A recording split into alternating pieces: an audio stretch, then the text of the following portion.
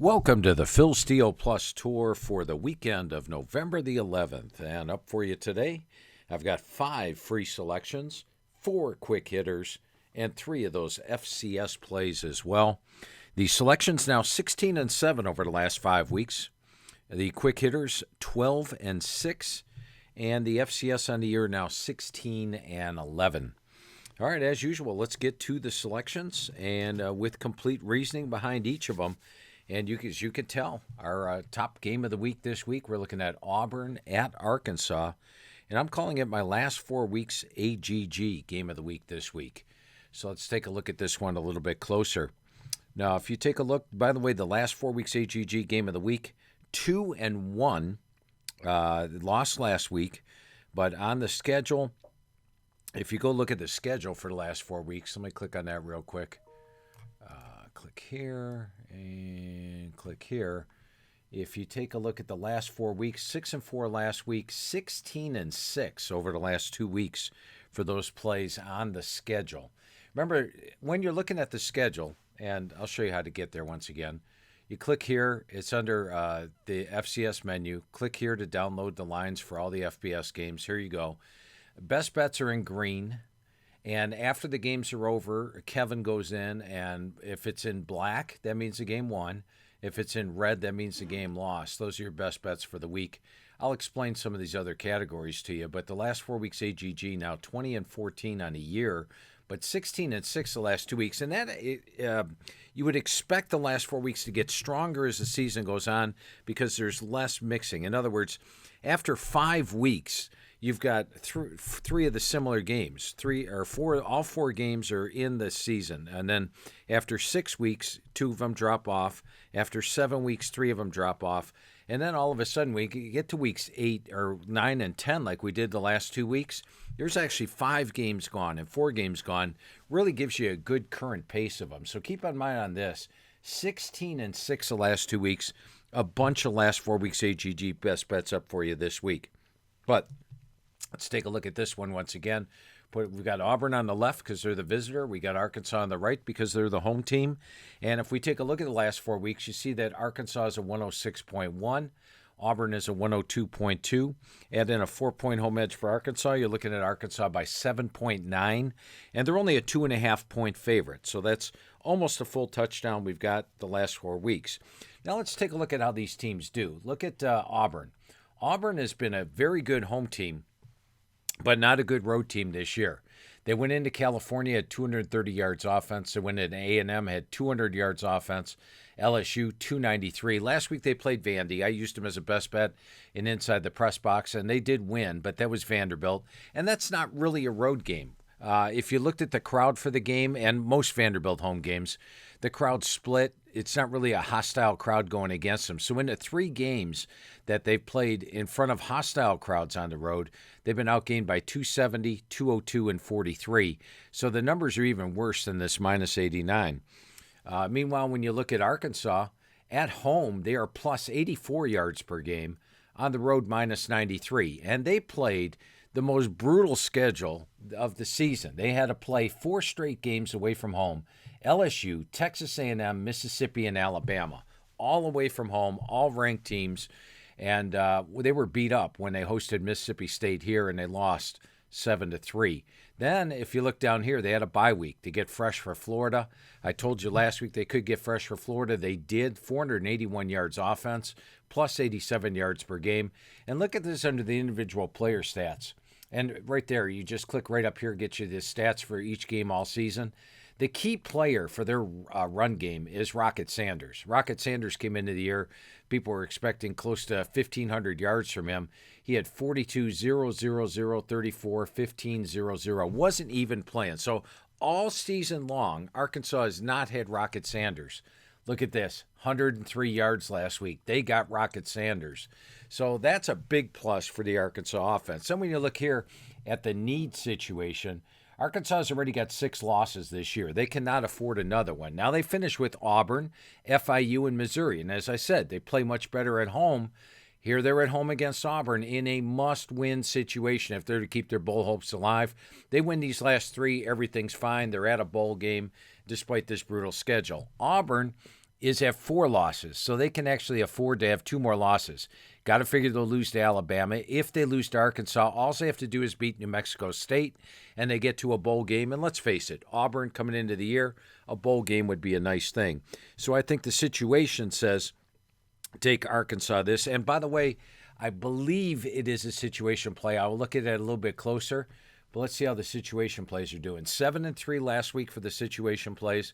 44-30 on the year for the situation plays. So I believe this will be a situation play. Last week, Arkansas changed its offensive coordinator and got Rocket Sanders back and put up 481 yards after all this red.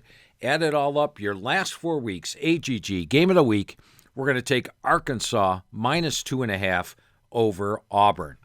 All right, let's take a look at this one. And it's always tough going against BYU at home.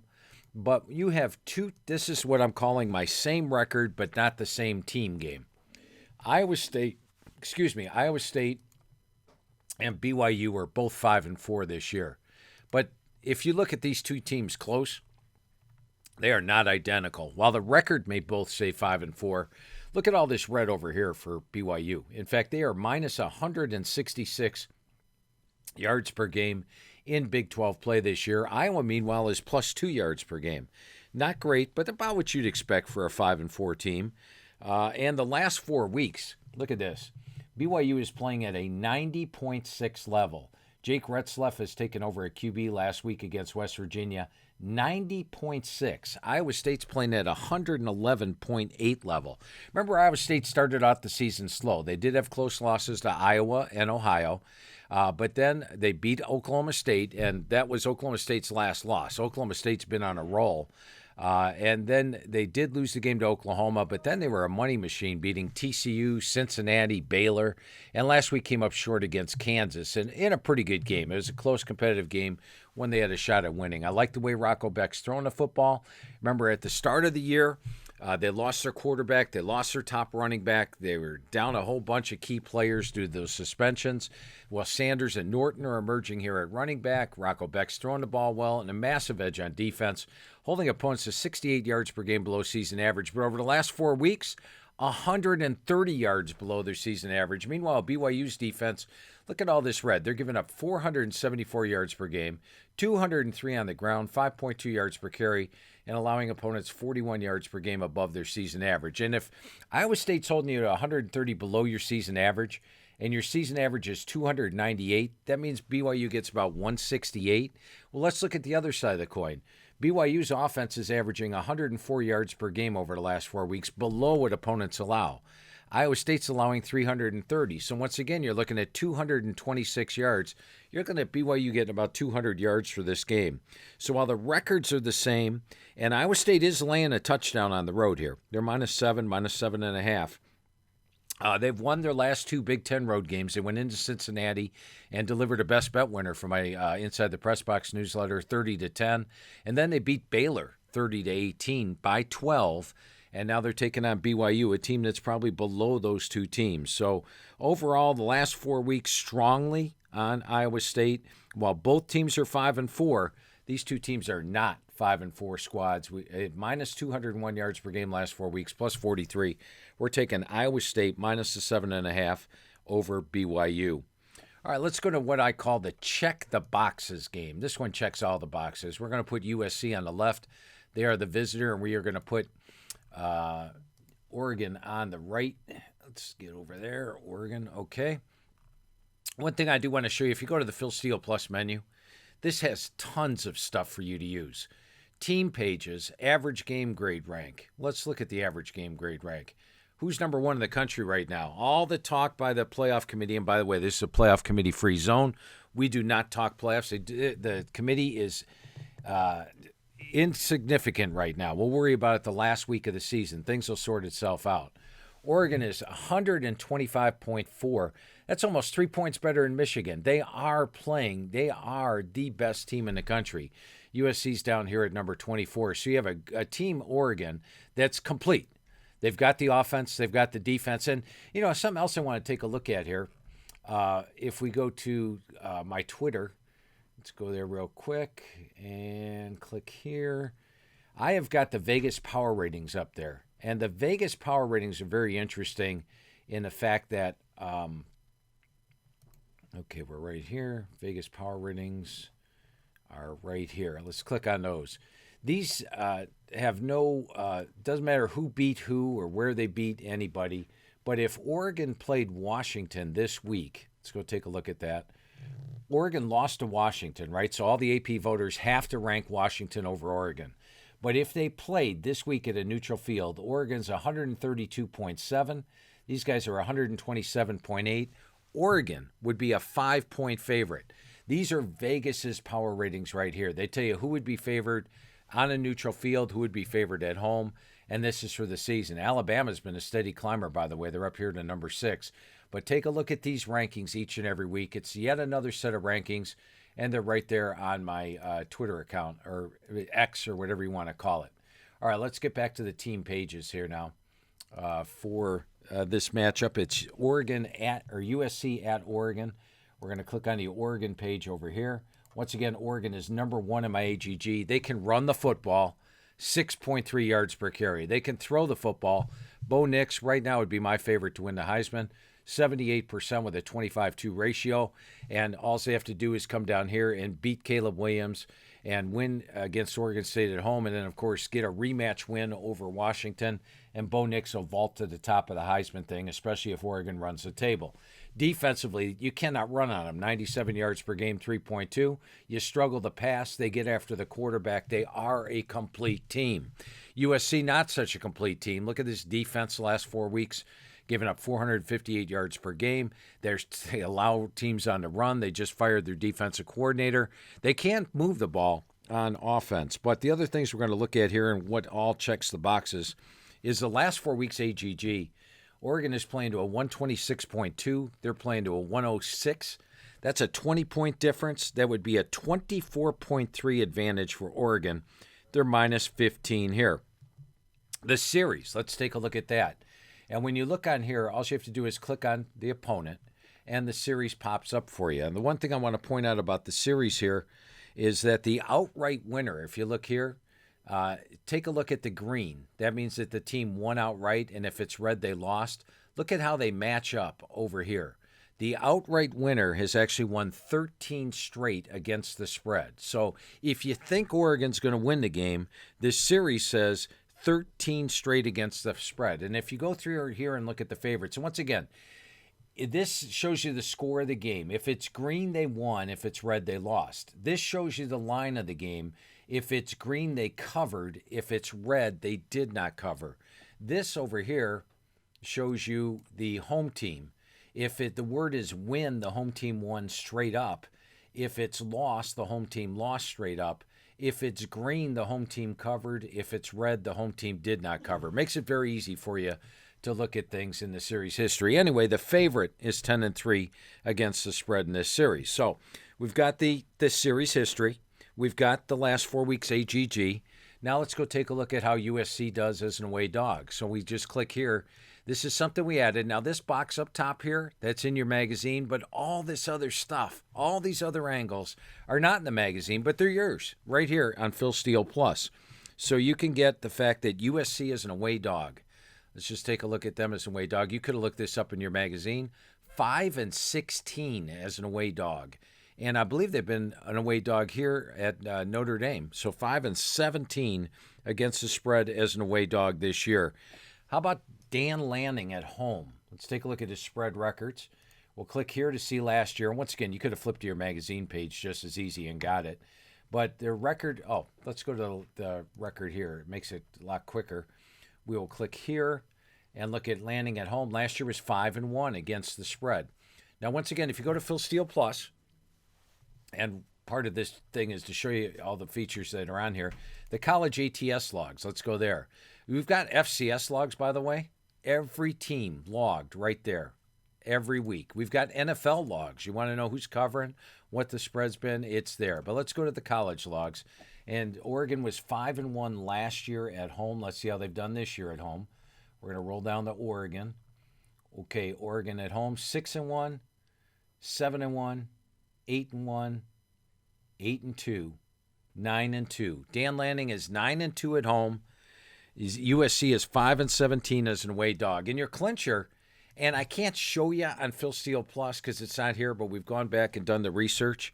Whenever Caleb Williams has taken on a top 25 defense, and your question is, does Oregon have a top 25 defense? Right here. They're holding opponents to 84 yards per game below their season average. They are number 12. Yes, that's a top 25 defense. Their yards per game would be top 25. Their points per game would be top 25. So he's taken on a top 25 defense. Caleb Williams, this guy with all the stats, look at these amazing stats, 69%, 28-4, is completing 51% for 172 yards per game with a 6-6 ratio against top 25 defenses, and he takes this one on here. Checks all the boxes. We're taking Oregon minus 15 over USC. All right, a quick note for you. Let's see what we got here. There we go. We'll bring that down here. Just a second. And I should have had this one prepared earlier. I did not. But let's take a look at right here. I have been in a battle with my computer all year, okay? I've been winning this battle all season long. The question is this week, who's going to win this battle? Let me tighten this up a little bit. Here's the records. The last 4 weeks, my best bets have gone 13-5. But my computer's best bets the last 2 weeks, 7-2. My computer got off to a really slow start this year, but it's really heated up. In fact, my computer has won the last 2 weeks. That's a little disconcerting to me. I need to beat my computer this week. So who's going to win? You can find out. Get this week's single college issue, 65 games broken down of Inside the Press Box, just $15. Use the code word The Battle. It is a battle. My computer's been gloating all week, for crying out loud. But if you go to the home page and just click in the store, right here, you can, when you click in the store and the single issue, it will be up right here. You'll be able to see it. It's not up yet. Todd will have it up the second this thing's done. Inside the Press Box College Edition will be up there for $20, but your price will be $15. Use the code word The Battle. See who wins this week. Will it be me or the computer? Computer's red hot, 7-2. I'm not doing too bad, 13-5, but computer has beaten me the last 2 weeks, and I need to beat it this week. But you'll be the winner overall. We'll see who gets it. Just type in The Battle. You get it for $15. All right, let's get back to this, and we'll go back to the team pages. And this is my eye test game, and this one's interesting. I normally can show you a lot of things on Phil Steele Plus that says, pick this team for this reason. We're going to put Purdue on the right. They're the home team. And we're going to put Minnesota on the left. They're the visitor. I can't go AGG here. I can't go last 4 weeks AGG. If you look at conference play, Purdue's minus 66, but Minnesota's minus 44. That's not huge. I can't really show you any numbers here. But this is my eye test game. I watch all the games. You know that. I got 12 TVs. Watch every game all day long. Go through the box score of every single game. I can tell you Minnesota looks like one of the top teams in the Big Ten West. Purdue looks like one of the bottom teams in the Big Ten West. And yet, Purdue's a 1-point favorite for this game. Now, the one thing I like about Minnesota and P.J. Fleck, and there's been a couple of years where I've picked against P.J. in the final 4 games of the year when he's gone on the road, and P.J.'s pulled the damn upset on me. In fact, if we go back and take a look at it, we'll take a look at our last 40 years' results here. He went at Wisconsin, plus 3.5, pulled the upset. They went at Nebraska. Now, granted, they were minus 14.5 and did not cover, but they won the game. So that's 2-0 straight up, 1-1 ATS. At Indiana, I'm looking at the road games right now. At Indiana, they won. At Iowa, they were plus points. They lost, but they did cover this. Or no, they did not cover the spread. They lost by 5. So right now you're 3-1 straight up, 2-2 ATS.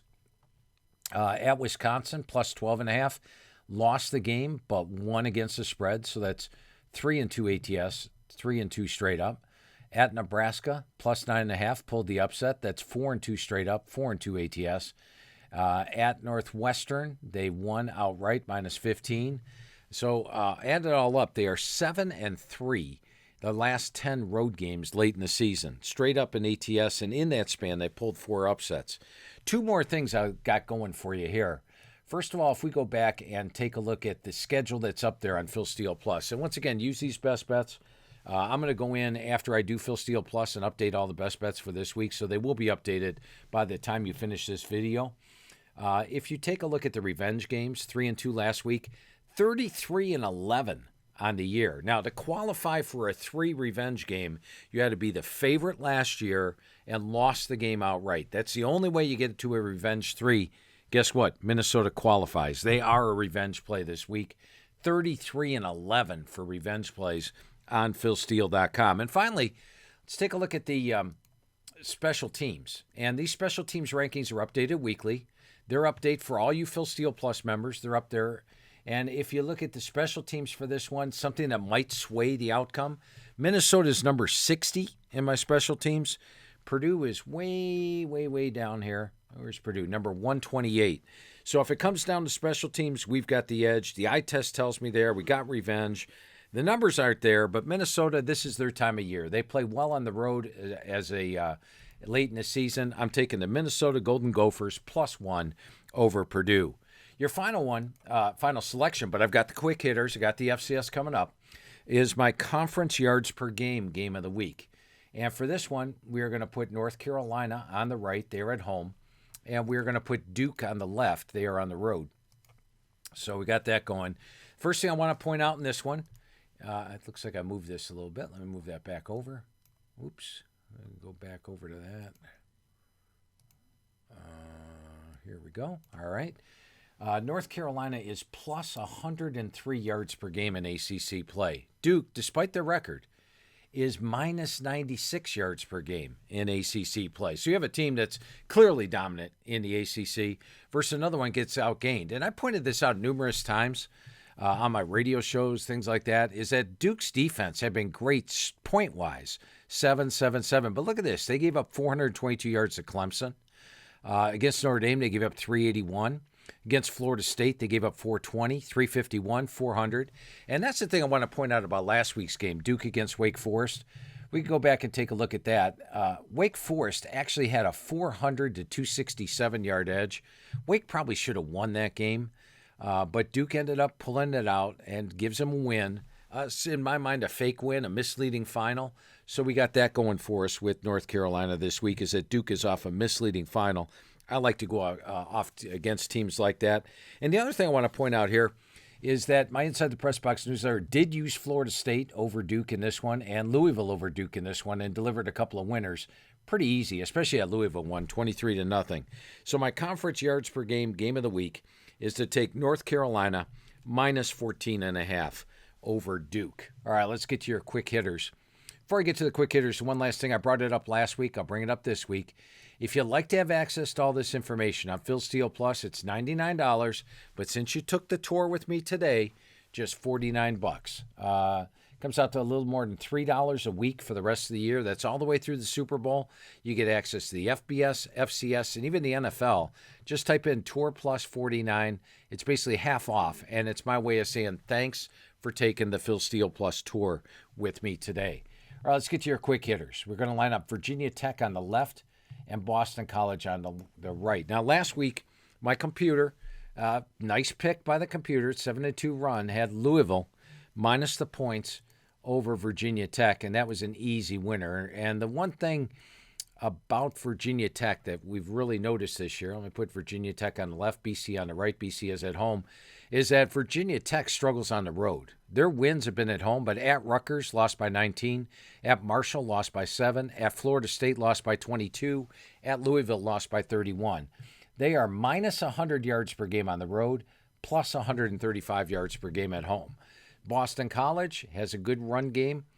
They just gave up 6.1 yards per carry here. I think they should be able to run. They've got one of the better offensive lines out there. Thomas Castellanos is a big help to that run game. A very mobile quarterback. And Boston College, if you look at them, solid at home. They're plus 79 yards per game. So you've got a good home team versus a poor road team. A road team in Virginia Tech that's 0-4 straight up, 1-3 ATS. And finally, click right here. It's a quick hitter, so I'm not going to do too much. But let's look at the home team. You would expect the home team to do well, especially with Virginia Tech.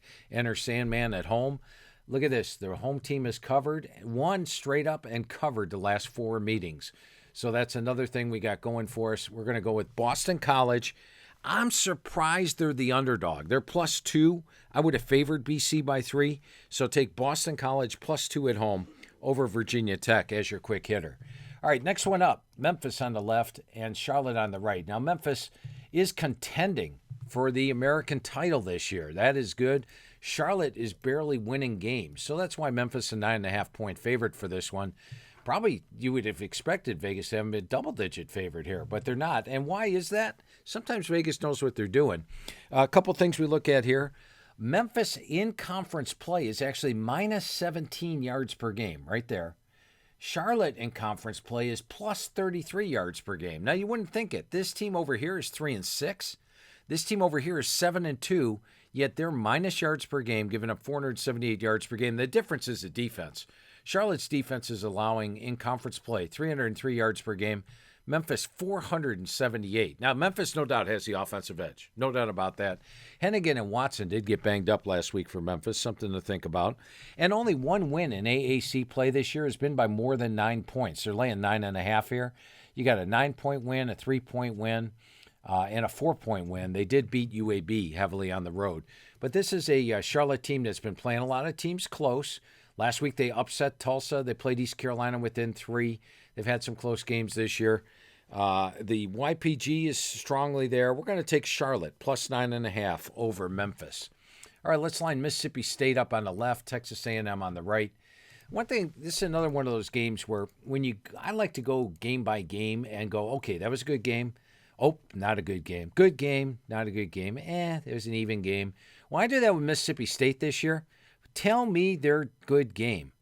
They beat Southeast Louisiana, big deal. Arizona, they beat by 7, but they were outgained by 124 yards. They beat Western Michigan, didn't cover, and they beat a banged-up Arkansas team in an absolute snooze fest, 205 to 200 yards. They got out first down, 12-10. Weren't dominant in that game either. The losses have all been significant losses, games they did not cover.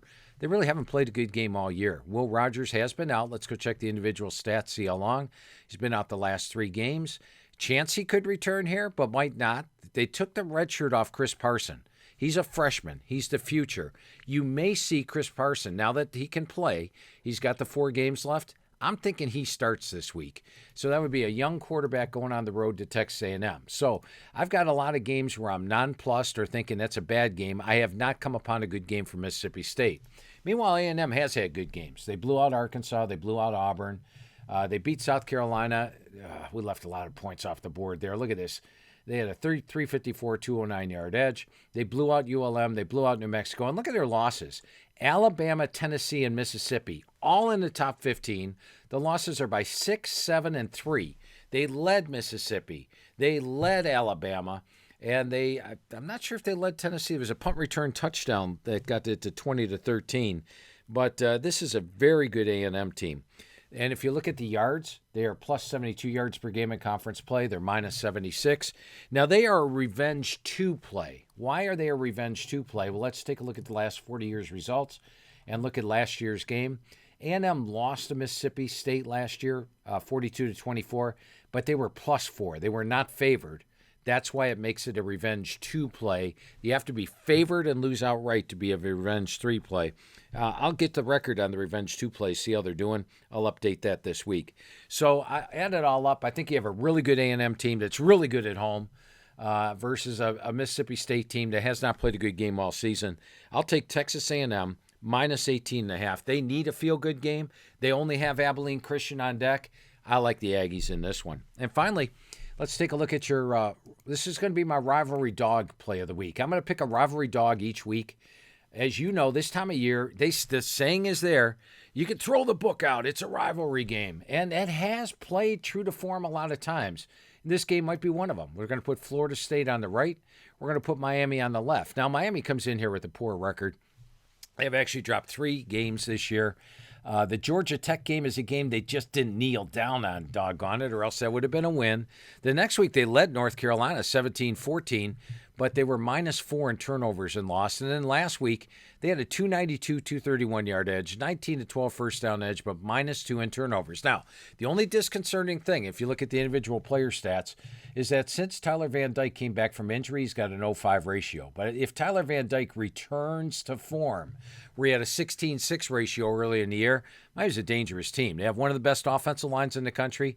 They've got the run game. They've got dangerous receivers, and they've got a good defense. They're holding opponents to 68 yards per game, below their season average. So this is a good Miami of Florida team. It's a rivalry game.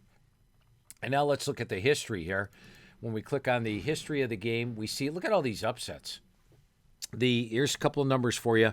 The dog is 18-7. So if you go back here and look at the dog, 18 wins, 7 losses against the spread. The home team. Let's look at the home team over here. You got 1, 2, 3, 4 greens.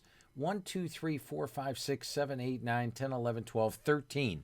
So it's a rivalry game and one that the visitor does well. 13-4 against the spread.